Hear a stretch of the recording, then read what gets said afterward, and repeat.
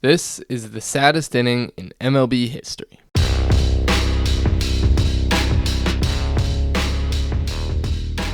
The date is May 13th, 2025. The Rangers are hosting the Rockies. Colorado is off to a bad start to the season.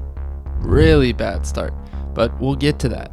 Shawn Armstrong is on the mound, and if you don't recognize that name, it's not you, it's him. His career arc doesn't make a whole lot of sense. 11 years in the big leagues, only 3 seasons with over 50 appearances, and a 4.98 ERA in those seasons. But in short spurts, he's been magical. Across 39 appearances with the Rays in 2023, Armstrong put up an ERA of 1.38, 1.23 ERA in 14 games with Seattle in 2018, and 1.8 ERA in 14 games with Baltimore in 2020. But you've never heard of these seasons, because they didn't matter.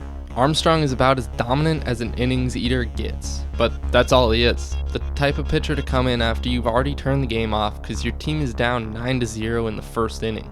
But tonight's a little different. His average leverage index comes in at 0.96, meaning his situations are usually about 3 times calmer than the average Andres Munoz outing.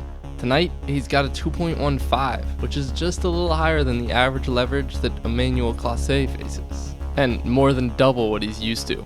But he really wasn't supposed to be pitching tonight. Rangers closer Luke Jackson nearly had his head taken off by a comebacker last night, so he's out. Second in command Chris Martin was just in and tried his very hardest to get the win by throwing 1 pitch for the Rangers and then leaving the game. Robert Garcia is next in the chain, who's seen here, coming in to replace Martin. We cut to commercials, and when the game resumes, it's Armstrong on the mound. As Rangers play-by-play Dave Raymond puts it, an odd development, but it's happened.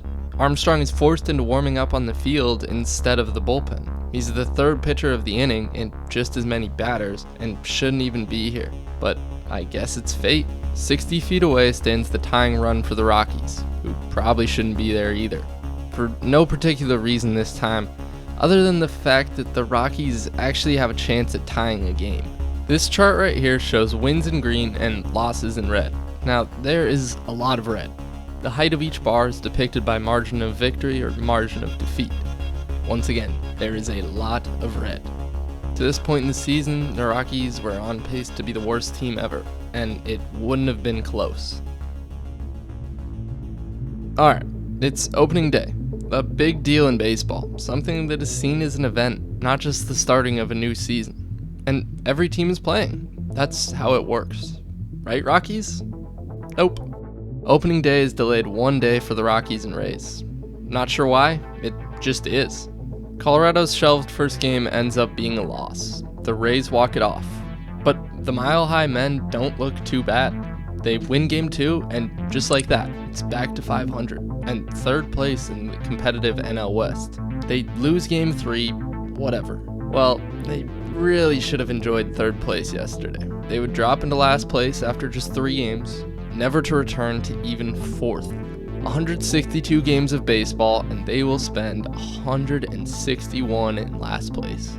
As you can imagine, that is the most games ever spent in last place. Last year's White Sox put up a good fight, spending a staggering 160 games in last. The 1904 Senators and 2003 Tigers both spent 159 games in last place. Then, there's no one really that close.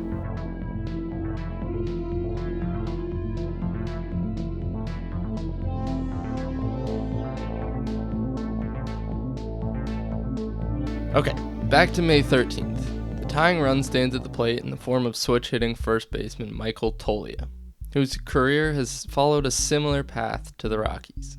Toglia was drafted in the first round, coming off 3 stellar seasons at UCLA. The 6'5" monster of a first baseman was supposed to be picking it for the Rockies for the next decade, but things haven't quite gone to plan.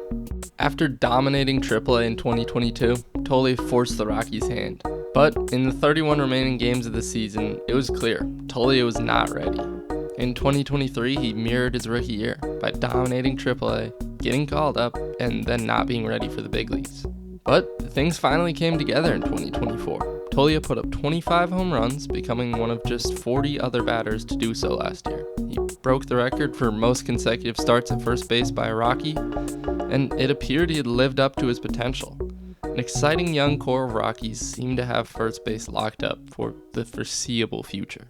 This year hasn't quite gone to plan though, for both the Rockies and Toglia. Toglia has struggled across the board, completely regressing to the numbers that got him sent down in prior years. But last year he started slow, having even worse stats than the start to his 2025 campaign, and at the same point in the season. If he could just find a way to get things going, one swing could set his career right back on track. With runners on the corners and the chance to tie this game in the 9th inning, I couldn't think of a better time to turn the page. 3-2. Strike three. Well, so much for that. Toglia goes down without a fight. To someone who's never watched baseball, you might be convinced he did the right thing, just based off his sheer confidence in not swinging the bat. But you watch baseball, and you know, this was not the right thing. Toglia has seemingly limitless potential bottled inside his towering frame, but to this point, he's only shown glimpses of what he could be, much like this Rockies team. They weren't supposed to necessarily be good this year, but they really weren't supposed to be this bad. So, to the naked eye, it might seem like this game doesn't matter.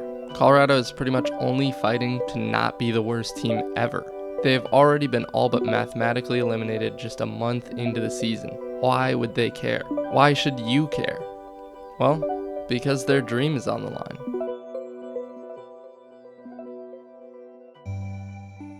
The next batter, Sean Bouchard's career seems to run perpendicular to Toglia's. College teammates, Toglia and Bouchard shared similar numbers at UCLA, but Bouchard was overlooked. He was always overlooked. Toglia went in the first round, Bouchard the 9th. Toglia was a top 3 prospect in the Rockies system, and Bouchard wasn't even in the top 30. His lacking power coupled with being a few years older than Toglia were the main reasons for oversight. But his recognition of the strike zone would eventually earn him a spot in the big leagues. Bouchard came up in 2022. Only playing in 3 games in the show before injury struck, strained oblique, and Bouchard wouldn't return to the Rockies lineup for more than 2 months. But once he did, he didn't look back. Oh boy, high and deep left field. Bouchard has done it again. Adios. Sean Bouchard has tied this baseball game. Take this ball, hit to left center field by Bouchard. Take a good look. You want to see it for back-to-back nights. Home runs for Sean Bouchard. Bouchard to left. Sean finished 2022 with a 297, 454, 500 slash line across a month's worth of games. So basically, Stephen Kwan's batting average with Aaron Judge's on-base percentage and Kyle Schwarber's slugging. In other words, really good. But injury struck again. This time before he could even play a single game in his sophomore season. He would miss the majority of the season, this time not coming up until September. With little to no baseball experience in almost half a year, expectations weren't too high for Bouchard coming off the torn bicep. So, he batted .316 with a .372 on-base percentage and a .684 slug. If he were to continue these numbers across a full season, one without injury, he would have ranked as the second best hitter in baseball, only trailing AL MVP Shohei Ohtani. 2024 was the exact same story. Bouchard was injured all year, 3 seasons into his MLB career, and he'd played less than half a full season worth of games. Not due to performance. Clearly he wasn't lacking there, just pure misfortune. Now, in 2025, he just isn't the same player. Injuries have caught up to him. At the start of the season, Bouchard talked about his hopes for this year, saying he'd matured through injury. But even then, he couldn't help but mention both the physical and mental toll of everything he's been through. And unfortunately, it's shown. On the decline of the aging curve, Bouchard knows if he doesn't pick up his performance, his time on a baseball field is limited. All this work, all this scrapping, clawing, fighting harder than anyone else, it couldn't be for nothing. So this game may not matter to you, or to me, but everything Sean Bouchard has worked for, his life, It's on the line. Wins a win. A little later. That's right. 2-2. That's strike 3 called. Wow. And you could never tell. Bouchard takes called strike 3, and if you just tuned into the top of the 9th inning of this Rangers versus Rockies game and you've never watched baseball, I think you'd be very confused about the point. Both Toglia and Bouchard give no clear indication that you are supposed to swing the bat. It's merely a prop in this form of baseball. For two batters to strike out looking in the 9th inning is a ridiculous notion. Hell, we created a saying out of this exact situation. Just go down swinging, please. Man standing for Colorado. Armstrong's 1-2. Got him looking. Strike 3 called, and Armstrong strikes out the side in the 9th. Aw, for Pete's sake. 3 Rockies, 3 outs, 0 swings. Bouchard would be optioned to AAA Albuquerque just 3 days later. Owen Miller, the third strikeout looking, DFA'd that same day. Toglia would last the longest of the bunch, but still, he was only with the big league club through the rest of the month. A developing rally gone, just like that, filled with such promise and hope. With ups and downs, with dreams and everything standing in the way of those aspirations, with pure unimaginable joy when those dreams that you've worked your entire life for come true. And then it ends. You just better hope you went down swinging.